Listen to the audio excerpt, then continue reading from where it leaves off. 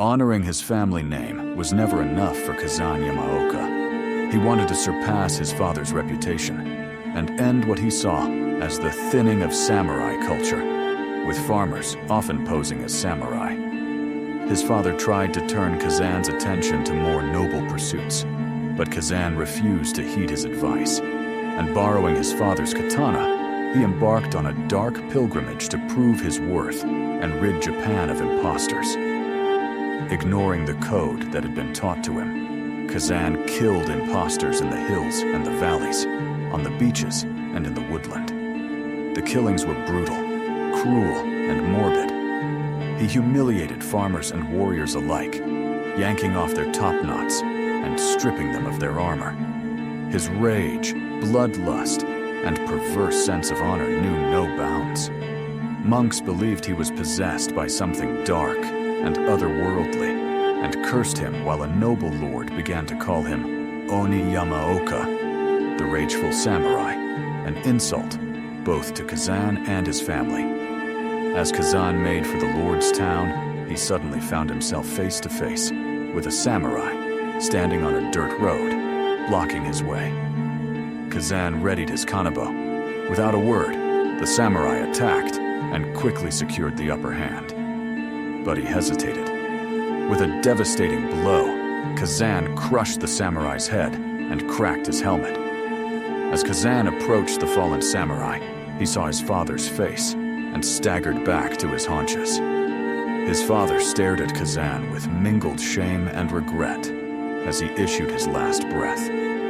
Kazan closed his eyes and screamed in agony until he could scream no more. When he opened his eyes again, his father was gone. Not only had he killed his father, but he had allowed thieves to steal his body for armor. Bitter, lost, and disillusioned, Kazan roamed the land aimlessly with his father's voice rattling in his head, taunting him, reminding him of his failures, sending him into fits of uncontrollable black rage. One day, walking in the woods, Kazan happened upon an Oni statue. He stopped and stood motionless for a long moment. The weathered and overgrown statue seemed to be ridiculing him, accusing him of being the imposter samurai he had so desperately sought to destroy.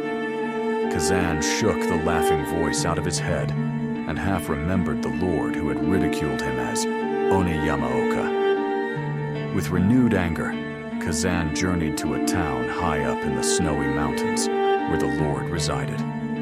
A dozen samurai met Kazan at the gates of the town. A dozen samurai fell to his kanebo. His speed and strength were unmatched. His rage was incomprehensible. Covered in blood and gore, Kazan battled through the town and soon found the lord hiding in a villa.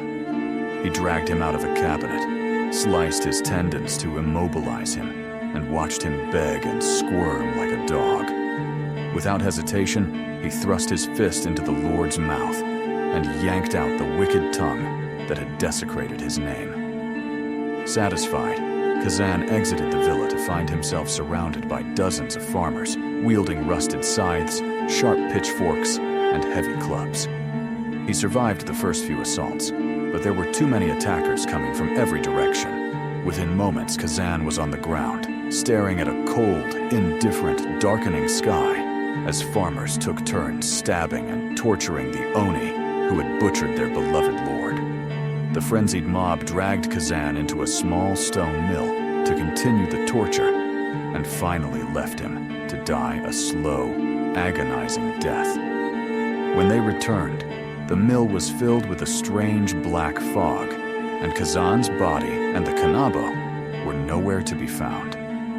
It was the beginning of a dark legend about a rageful Oni haunting the town.